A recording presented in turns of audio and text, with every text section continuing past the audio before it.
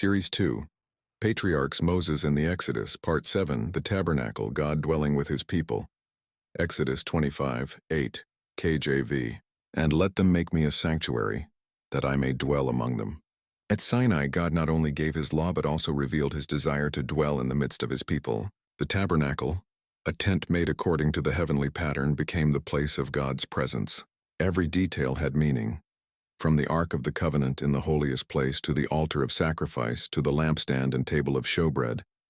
The tabernacle was not designed by men's imagination but by God's command. Moses was warned, "See that thou make all things according to the pattern showed to thee in the mount." Hebrews 8:5. This showed that God alone determines how he is to be approached. In the court, the brazen altar spoke of sacrifice. Sin required atonement. The laver for washing showed the need for cleansing. Inside, the lampstand gave light, the table held the bread, and the altar of incense represented prayer.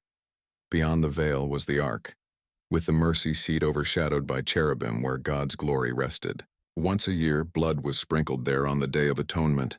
All of this pointed to Christ. He is the sacrifice for sin, the living water that cleanses, the light of the world, the bread of life, and the mediator of prayer. He is also the true mercy seat, where God's justice and mercy meet through his blood.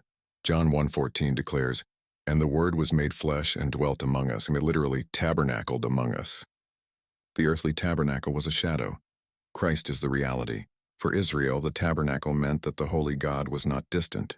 He chose to dwell in the midst of his covenant people. For us, it reminds us that God now dwells not in tents made with hands, but in his people by the Holy Spirit.